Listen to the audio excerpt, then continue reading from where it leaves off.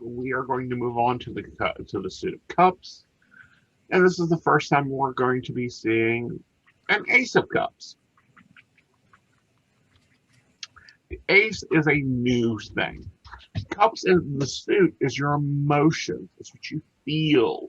It's your pure emotions. So when we look at the ace of cups here, we see the cups running over in the traditional tarot.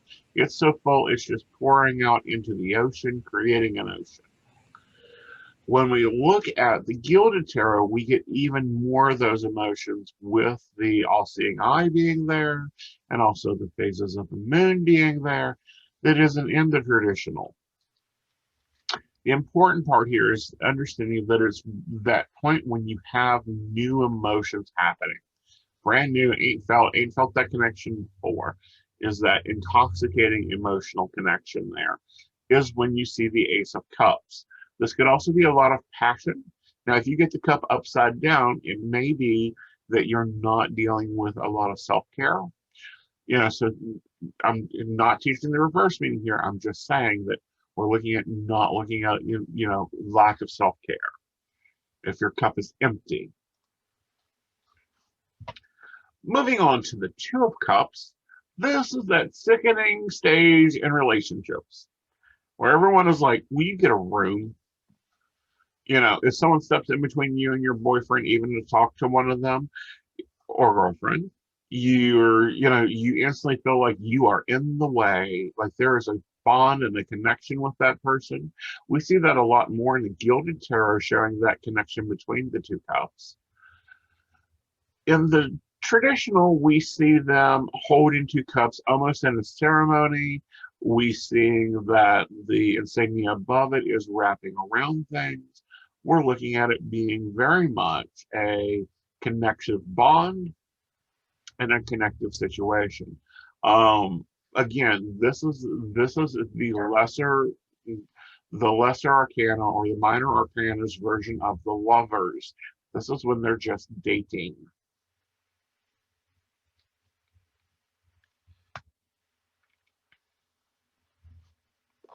All right, so I call the Three of Cups the party card. This is about groups and connectivity. This is about celebration. You will notice during major holidays that the Three of Cups will start pulling up because it is about joy and celebration and connectivity. If we look at the Rider-Waite version, we have three ladies in celebration. They're dancing, they're drinking wine, they're having a good old time. If we look at the Three of Cups in the Gilded Tarot, we have the two cups pouring into another and it overflowing. We see the ladies dancing in the cosmic sky, having this fun, glorious time. When we look at the Four Cups, we begin looking at the inner emotions. There's ones we do not expect to happen. These are emotions that come out of nowhere. It stands for a surprise, an unusual reaction. We see in both cards someone sitting back in meditation and deep thought, trying to figure out what to do with themselves when they have a new emotional based idea occurring.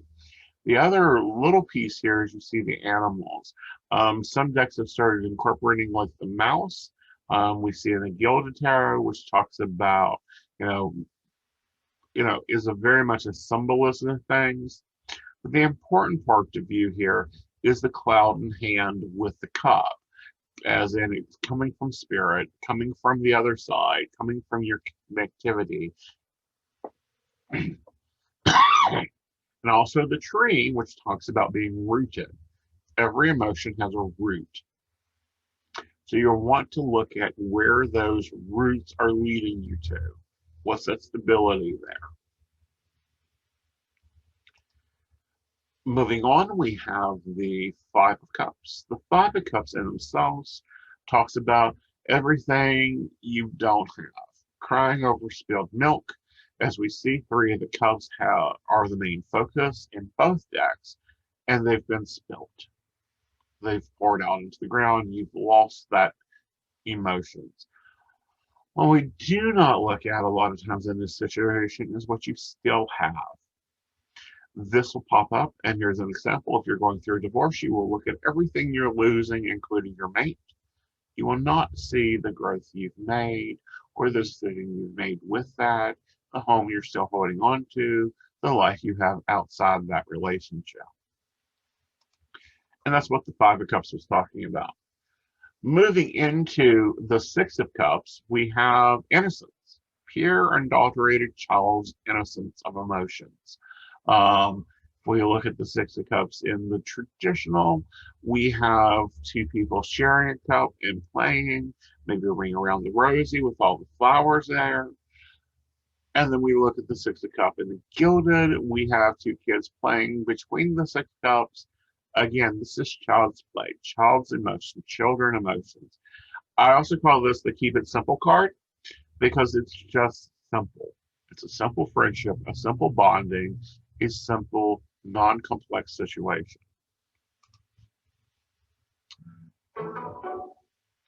And then when we look at the Seven of Cups, we begin looking at our goals. What do we want out of our life? What brings us our passion? Is it the Rider-Waite version of it, which is intelligence, marriage? The snake represents good health, gold, silver, jewels, peace, protection with the dragon. Or looking at the gilded version, we have a repeat of some of the things. Magic, inspiration, creativity with the fiery chalice, peace now represented with the dove, rainbow, which is, gold, silver, what are your goals? What are you emotionally tied to? What are your dreams is what the Seven of Cups is asking you. Then when we look at the Eight of Cups. Before you start to that one, what did the snake represent? The snake represents health. Health? Yes. If you remember the Caduceus, the symbol for medicine, it's the two-headed snake. So anytime you see a snake in the Rider-Waite deck, it's talking about health. Okay. Okay? Okay, thank you. You're welcome. All right, when we look at the Eight of Cups, we see someone walking away. In both decks, we see 8 cups sitting there, so they've very much worked on building things up, building what they wanted up, and now they're done with it. They're walking away from their emotions. They're walking away from the situation. They're turning their backs on it completely. In the gilded, some of the cups are turned over. Maybe there's been an argument. Maybe things have fallen apart. In the Rider-Waite, they're stacked up in line, and he's not interested anymore. This is when you have had enough. You are done with it. You are not going to deal with it. Moving on to the Nine of Cups. The Nine of Cups is the fat cat card, meaning he has everything. Look at everything I own. Look at everything I've amounted to. He is exalted in so many ways. On the Nine of Cups gilded version, we have the bartender who has collected all his fine cups. He's showing them off. When we look at the nine of the Rider-Waite, he's lined them up to show them off and go, "Here, all mine, all mine." This is when you start looking at, when you look at the meanings, it's the wish card. It's you've got everything you wanted back at the Seven of Cups. Your life has become what you wanted there.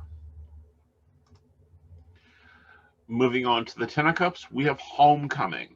Both show a family situation. The Nine of Cups is in a rainbow, meaning you have reached the end of your journey. You are at home, you are celebrating. This is Thanksgiving or Christmas dinner. There is entertainment and wealth and fun and festivals. And that's what's being shown in both these cards. In a modern day sense, this is very much when you're returning home or you have reached the end and you got everything you wanted out of it. It is final. You have your emotional balance. Okay, moving on to the Page of Cups. When we look at the Page of Cups, I want you guys to look here, because both of them are that fun, that childish level of emotion, exploring your emotions. Maybe they are a young teenager that doesn't have control of their emotions or younger. Also, another meaning for the Page of Cups is gossip. Now, y'all know teenagers will gossip about everything and may believe things that aren't accurate. When we look at the Rider-Waite deck, we see that he's talking to a fish in his cup and he's getting the gossip, the lowdown on things. When we look at the other Page of Cups, we see him very much frolicking, balancing off. He's in the garden, but if you look, there's something over at the pot that he's talking to. The fish is again repeated. So when this card comes up in a life situation, it could be that you're having unrealistic emotions or acting like a child. It could also be that you're listening to gossip or someone is talking about you. You may want to check your viewpoints and who's around you. Is there immaturity going on there? Emotional immaturity.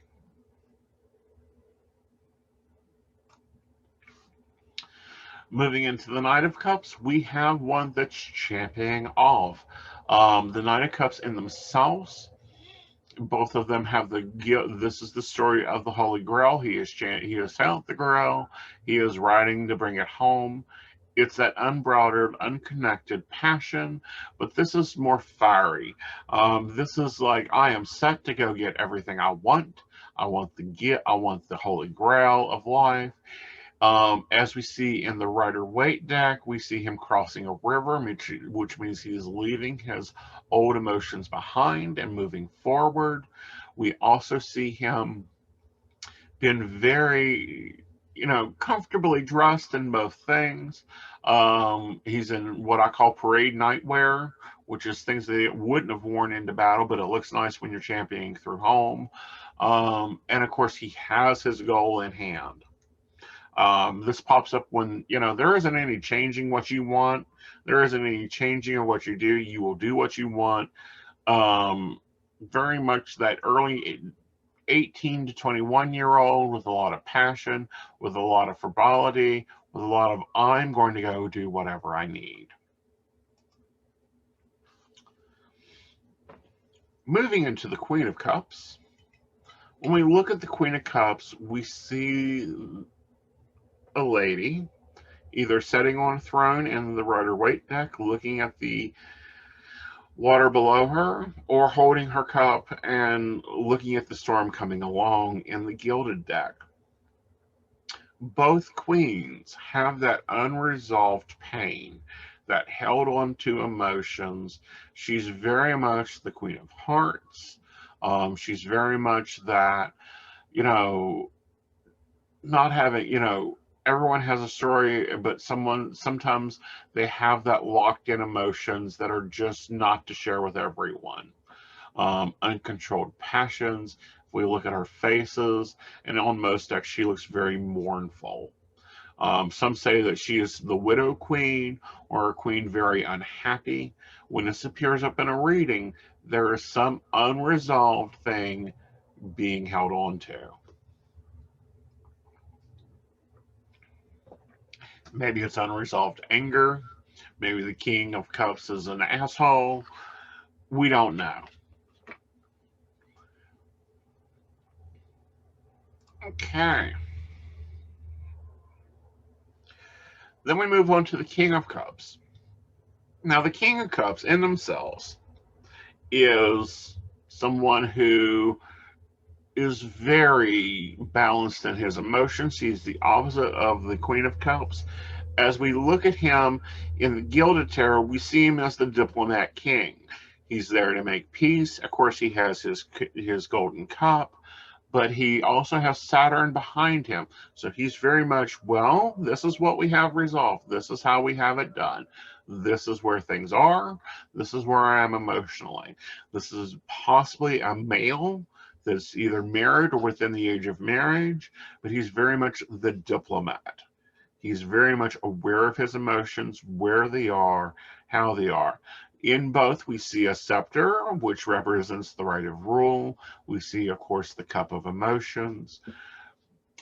On the King of Cups in the Rider-Waite, we send the unsteady waters or unsteady things the king isn't dealing with. He's very much like, nope, everything is status quo. On the Gilded, we have the Saturn with the rings there, which of course falls into astrology, Saturn being the taskmaster or the role and order, and that's what we have with that.